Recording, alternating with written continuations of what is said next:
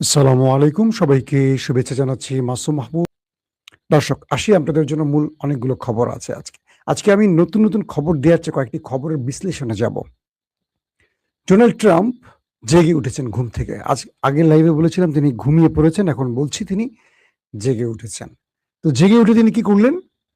তিনি ইরানকে হুমকি দিলেন। বললেন, ইরান তার আলোচনার সময় শেষ করে ফেলেছে। আর আলোচনা হবে না, আলোচনার দরজা বন্ধ। এবার ইরানে বড়সড় হামলা হবে।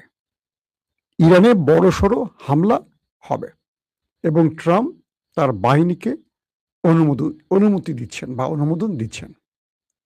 তিনি বলছেন, ইরান এতদিন ধরে যে আলোচনার টেবিলে ছিল, তারপর ইরান আমেরিকার উপর যে হামলে পড়ল, তার জবাবে ইরানকে এমন কিছু দেখতে হবে যেটা ইরান কখনো কল্পনা করেনি। অর্থাৎ পুরো ইরানকে বোম্বিং করে তিনি ধ্বংস করে ফেলবেন, এই ঘোষণা দিয়েছেন। এটা হলো ডোনাল্ড ট্রাম্পের হুমকি। ইরানের প্রেসিডেন্ট মাসুদ পেজিশকিয়ান বলছেন, ট্রাম্পের হুঁশিয়ারির পর ইরানি জাতি বোমাকে ভয় করে না, তারা শাহাদাতের জন্য মুখিয়ে থাকে, অপেক্ষায় থাকে। ইরানি জাতি শ্রেষ্ঠ মৃত্যুর প্রত্যাশা করে। শ্রেষ্ঠ মৃত্যুর প্রত্যাশা মানে কি? মৃত্যু শ্রেষ্ঠ হয় কিভাবে? সেটা শাহাদাত। আমেরিকাকে হুঁশিয়ারি দিয়ে মাসুদ পেজিশকিয়ান বলেছেন, আপনি বোমার ভয় দেখাবেন না ইরানিদের।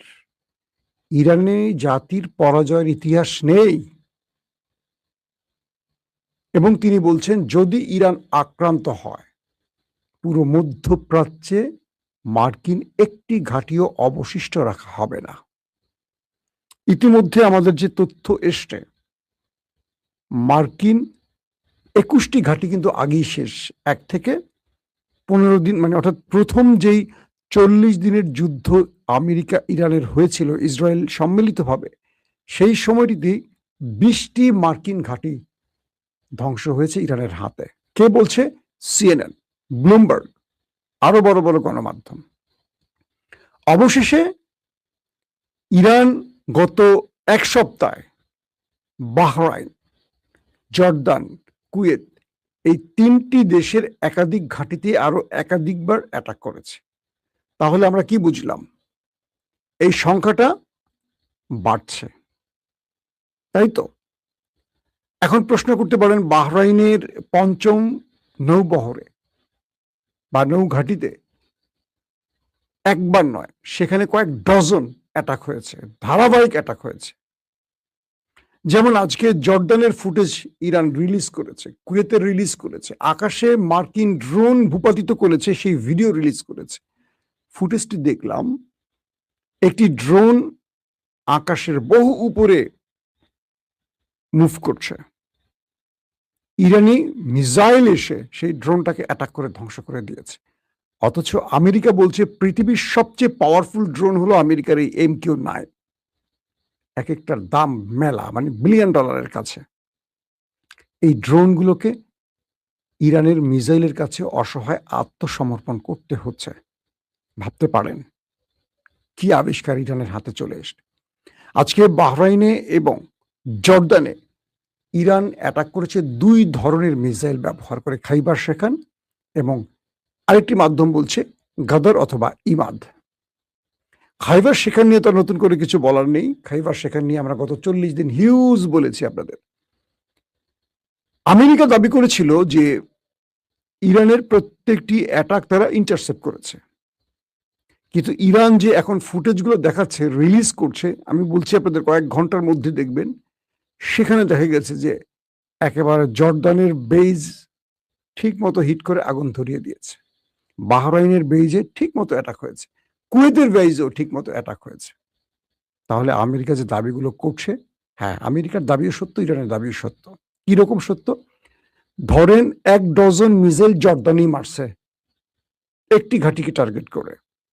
তো এই 1 ডজনের মধ্যে ধরেন 4টি ইন্টারসেপ্ট করেছে, 6টি বা 8টি, এরকম একটা সংখ্যা ধরেন হিট করেছে। তো ইরান বলছে যে আমরা শত্রুর ঘাঁটি ধ্বংস করেছে, 5টি 6টি লেগেছে, আর কিছু ইন্টারসেপ্ট হয়েছে। আমেরিকা বলছে আমরা ইন্টারসেপ্ট করেছি, ইন্টারসেপ্ট হয়েছে, কিন্তু ইরানের অ্যাটাকগুলো মার্কিন প্রতিরক্ষা ব্যবস্থাকে যে ভেঙে ফেলছে, আমেরিকার কপালে ভাঁজ পড়েছে এটা নিয়ে আমেরিকার সামরিক বিশ্লেষকরা তাদের টেলিভিশনগুলোতে বলছেন যে ইরানের মিসাইলগুলো আমেরিকার প্রতিরক্ষা ব্যবস্থাকে ভেদ করে ঢুকে পড়ছে। এটা হলো শঙ্কার কারণ। এতদিন আমেরিকা, ইসরায়েল ইরানের প্রতিটা অস্ত্রের উপর তারা নিজেরা বিভিন্ন রকম গবেষণা করে প্রতিরক্ষা ব্যবস্থা তৈরি করেছে এবং সেইভাবে সাজিয়েছে প্রত্যেকটা মধ্যপ্রাচ্যের দেশের মধ্যে ঘাঁটি গেড়ে সেই রাডার সিস্টেম, প্রতিরক্ষা ব্যবস্থা, প্যাট্রিয়ট বা থার্ডকে অ্যাক্টিভ রেখেছিল। কিন্তু ইরান কি করেছে? ইরান তাদের এই প্রতিরক্ষা ব্যবস্থার উপর গবেষণা করে তারা আবার তাদের মিসাইল বানিয়েছে। ধরেন 40 দিনের যুদ্ধের পর ইরান আরো কিছু ভেরিয়েন্টের মিসাইল বানিয়েছে। ইরান বলছে এগুলো পূর্বের চেয়ে ভয়ঙ্কর, শত্রু এই মিসাইল সম্পর্কে অকিবহল নয়। মানে কি? ইরান যখন খাইবার শেখান বা সিজিল বা আরো ভেরিয়েন্টের মিসাইল দিয়ে সফলতা পেয়েছে, তখন তারা চিন্তা করছে যে আমরা কোন টাইপের চিপ দিয়ে, কোন টাইপের ইঞ্জিন ব্যবহার করে, কোন টাইপের সেন্সর ব্যবহার করে, জিপিএস ব্যবহার করে আমরা প্রতিরক্ষা ব্যবস্থা ভাঙতে পেরেছি, সেই ব্যবস্থাকে আরো আপডেট করে নতুন মিসাইলের সাথে বসিয়ে দিয়েছে বা রকেটের সাথে বসিয়ে দিয়েছে, যেটা মিসাইলকে মুভ করে। আমেরিকা পৃথিবীর 1 নাম্বার প্রতিরক্ষা ব্যবস্থার মালিক, আর তার নাম প্যাট্রিয়ট, তার নাম থার্ড। সেই প্রতিরক্ষা ব্যবস্থা আমেরিকার নিজের ঘাঁটির উপরে কতটা অ্যাক্টিভ থাকতে পারে বুঝতে পারছেন তো? ধরেন বাহরাইনের তো আক্রমণ হয়নি, বাহরাইনে মার্কিন ঘাঁটিতে অ্যাটাক হয়েছে। জর্দানের তো সিভিলিয়ানদের অ্যাটাক হয়নি যে আমেরিকা সেটাকে শনাক্ত করতে কষ্ট হয়েছে, বাকি সরাসরি মার্কিন ঘাঁটিকে টার্গেট করেছে। তারপর কুয়েতে ঠিক মার্কিন ঘাঁটিকে টার্গেট করেছে। তো ইরানে যখন আমেরিকা অ্যাটাক চালিয়েছে তখন আমেরিকার প্রত্যেকটা রাডার, প্রত্যেকটা প্রতিরক্ষা ব্যবস্থা অ্যাক্টিভ ছিল, একদম হাই রেঞ্জে অ্যাক্টিভ ছিল। সেই অ্যাক্টিভ থাকার মধ্যেই ইরান যখন অ্যাটাক চালিয়েছে তখন প্রত্যেকটা অ্যাটাক গিয়ে শত্রুর বুকে লেগেছে, কিছু ইন্টারসেপ্ট হয়েছে। তো আমেরিকা এই টেনশনে আছে। আকাশে যখন আমেরিকা ড্রোনকে ভূপাতিত করে ফেলে তখন ডোনাল্ড ট্রাম্প উচ্চস্বরে কি করে কথা বলে যে তিনি ইরানকে চুরমার করে দিবেন। সাম্প্রতিক সময়ে হরমুজে ইরান কয়েক বিলিয়ন ডলারের অস্ত্র হারিয়েছে, 35 ক্ষতিগ্রস্ত হয়েছে, ড্রোন ক্ষতিগ্রস্ত হয়েছে, রিফুয়েলিং ট্যাঙ্কার ধ্বংস হয়েছে, অ্যাপাচি ধ্বংস হলো। তারপরও ইরানকে নিয়ে তুচ্ছ তাচ্ছিল্য করছে দেশটি। এটা আমেরিকা তার মনোবলকে বৃদ্ধির জন্য করছে, ভেতরে ভেঙে চুরমার হয়ে গেছে। আসেন কয়েকটা বিশ্লেষণে আসে। ধরেন আজকে সারাদিন যে খবরগুলো পেলেন, ইরান সেই ফুটেজগুলো আস্তে আস্তে দেখাচ্ছে। আপনারাও দেখবেন, আমরা যেটা বলছি সত্য না মিথ্যা জেনে যাবেন। এখন ট্রাম্প যে হুমকিটা দিলেন, ট্রাম্প কি যুদ্ধের পথে হাঁটবেন, নাকি ট্রাম্প ইরানকে ভয় দেখাতে বা চুক্তিতে বাধ্য করার জন্য এই কথাটা বলছেন? ট্রাম্প গত 3 মাস ধরে এই হুমকি দিয়ে আসছেন। ইরান তো বলছে তোমার কিছু করার থাকলে করো, আমাকে হুমকি দিয়ে লাভ নেই, আমি যেটা বলছি সেটাই করব। এই জাতি এরকমই, এই জাতি তোমার হুমকিতে তোয়াক্কাই করে না। তোমার 250 বছরের ইতিহাস আর এই জাতির 6000 বছরের ইতিহাস, তুমি কাকে কি দিয়ে ভয় দেখাচ্ছ? গেল এক জবাব। 2 নম্বর জবাব, তুমি অ্যাটাক করবে, আমি তোমার মধ্যপ্রাচ্যের একটা ঘাঁটি অবশিষ্ট রাখবো না। তার প্রমাণ ইরান দিয়ে দিয়েছে। কারণ ট্রাম্প তার অ্যাপাচি হেলিকপ্টারের প্রতিশোধ নিতে ইরানের কয়েকটা শহরে অ্যাটাক করেছে, তার চেয়ে কয়েক গুণ শক্তিশালী ইরান অ্যাটাক করেছে। আমেরিকা এটা নিয়ে টেনশনে আছে যে ইরানের এই শক্তির কারণ কোথায়, কোত্থেকে। ট্রাম্প বলছে যে ইরানকে আমরা শেষ করে দিয়েছি, সেনাবাহিনী শেষ, আইআরজিসি শেষ, নৌবাহিনী শেষ, তাদের বিমান বাহিনী শেষ, তাদের মিসাইল শেষ, ড্রোন শেষ, সব শেষ করে ফেলেছি। কিন্তু ইরান যেই ব্যবস্থা দেখাচ্ছে তাদের মানে শেষ তো হয়নি, বরং আরো বেড়েছে। ইরান এখন নতুন নতুন অ্যাটাকে যাচ্ছে। তো সবকিছু মিলে ইরানের বর্তমান অবস্থাটা এমন একটা জায়গায় গিয়ে ঠেকেছে, এখন ইরান আক্রমণ হলে কি হবে? 2 দেশে হুমকি দিয়েছে। এখন ট্রাম্প অনুমোদন দিয়ে দিয়েছে পেন্টাগনকে, এখন যুদ্ধটা আবার নতুন করে শুরু হবে এই আশঙ্কা রয়েছে। হয়তো ট্রাম্পের হুমকির পর ট্রাম্প আবার পাকিস্তানকে বলবে, এই পাকিস্তান তুই আবার আমার কাছে আয়, আইসা আমারে বল, হাতে ধরছি পায়ে ধরছি যুদ্ধ করেন না। আমি বলবো ঠিক আছে, পাকিস্তান বলছে আমি যুদ্ধ করব না। ট্রাম্প তো গত 3 মাস তাই করছেন, দেখছেন তো আপনারা। ট্রাম্প যখনই ইরানকে ধমক দিয়ে সোজা করতে পারে না তখনই পাকিস্তান আসে, পেন্টাগনের কি বলে হোয়াইট হাউসের চিঠি নিয়ে আসে, গোপনে খামে নিয়ে আসে। কে নিয়ে আসে? মহসিন নাকবি। কে নিয়ে আসে? মিস্টার ফিল্ড মার্শাল আসিম মনির। কে নিয়ে আসে? ইরানের পাকিস্তানের স্বরাষ্ট্রমন্ত্রী। এইভাবে তারা নিজেরা খেলছে।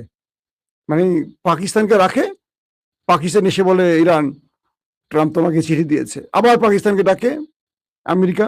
হ্যাঁ, সকালবেলা দেখি যে শাহবাজ শহীদ পোস্ট করে, এই পোস্ট কে লিখে দিয়েছে? Donald Trump. ভুল করে শাহবাজ শরীফ সেই পোস্ট মানে টুইটারে করে দিয়েছেন যে ট্রাম্প তাকে যেটা পাঠাইছে সেটা রিপোস্ট করে ফেলছেন। ধরেন ট্রাম্প দেখলো আয় হ্যাঁ আমার তো ইজ্জত শেষ, শাহবাজ এটা কি করলো, এই বেটা তুই আমার নাম ডিলিট কর, আমি যে তোকে পাঠাইছি এটা তুই লিখলি কেন? আবার ডিলিট করে লিখছে। আপনি দেখছেন বড় বড় গণমাধ্যমে আসলে। তো এই পরিস্থিতিতে এখন যুদ্ধ আরেকটা ভয়াবহ আকার ধারণ করছে। দুপক্ষই মহাযুদ্ধের ঘোষণা দিয়ে বসছে। দুটো জিনিস আসন্ন সময়ে আমরা পর্যবেক্ষণ করব। এক, ডোনাল্ড ট্রাম্প তিনি যদি তার কাছে মনে হয় তিনি এই যুদ্ধে জয়ী হবেন, তাহলে লড়াইটা শুরু করবেন।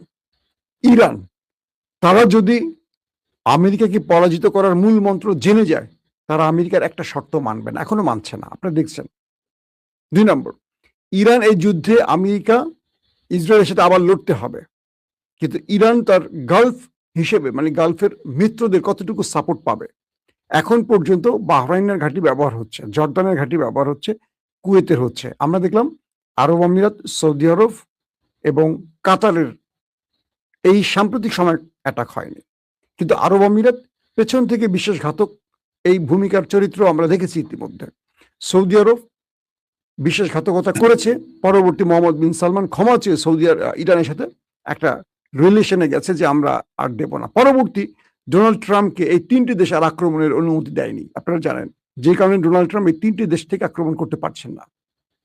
তো সবকিছু মিলে পরিস্থিতি এটা বলছে যদি ডোনাল্ড ট্রাম্পের নির্দেশনা বাস্তবায়ন হয়, আজ রাত থেকে বড় অ্যাটাক আসতে পারে। যে কোনো সময় শুনবেন ইরানে বড় অ্যাটাক অথবা কোনো মধ্যস্থতাকারীর মাধ্যমে আবারও আলোচনার টেবিলে বসা। যদি ট্রাম্প আলোচনার টেবিলে বসেন তাহলে ধরে নেবেন ট্রাম্প আর যুদ্ধে আগাবেন না। কারণ কি, আলোচনার টেবিল ইরানে যাবে না, যাবে আমেরিকায়।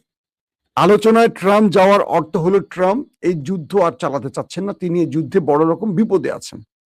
আর যদি ট্রাম্প কোনো মধ্যস্থতাকারী তার কাছে না যায়, আক্রমণ শুরু করে বসেন, তাহলে বুঝতে হবে ট্রাম্প আসলে যুদ্ধটা চাচ্ছে এবং এই যুদ্ধের জন্য এত নাটক বা এত প্লট তৈরি করেছে।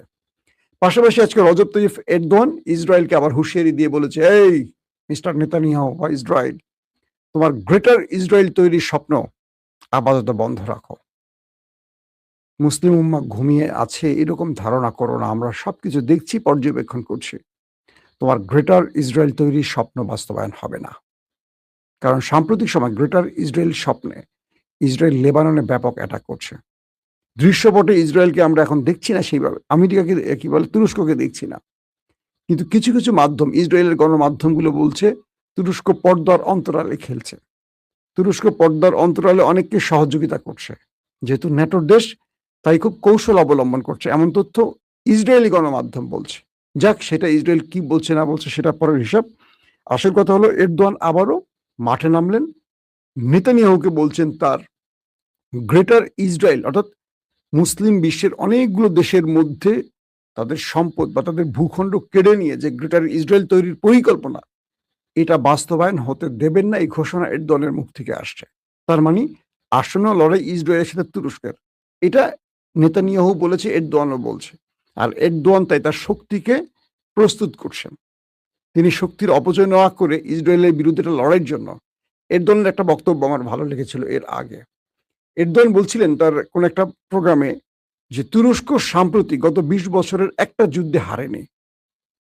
তুরস্ক সেই ফিল্ডে প্রবেশ করে যেই ফিল্ড তার জন্য তৈরি করতে হয়। কথাটা ভালো করে বোঝেন। অর্থাৎ আমেরিকা হেরেছে অনেক যুদ্ধে, রাশিয়াও হেরেছে, রাশিয়া এখনো ইউক্রেনে বিজয় পায়নি, ইরান হেরেছে সিরিয়া পয়েন্টে। তুরস্ক যে কটা পয়েন্টে ঢুকছে প্রত্যেকটা পয়েন্ট থেকে বিজয় নিয়ে আসছে।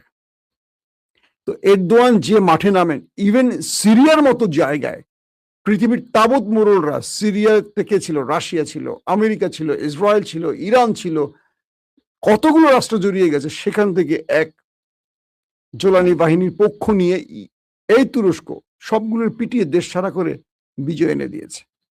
তো তুরস্ক নামবে মাঠে, তুরস্ক ইসরায়েলের বিরুদ্ধে নামবে, আজকে হোক আর কালকে হোক এরদোয়ানই নামবে বা এরদোয়ানের একিপি নামবে।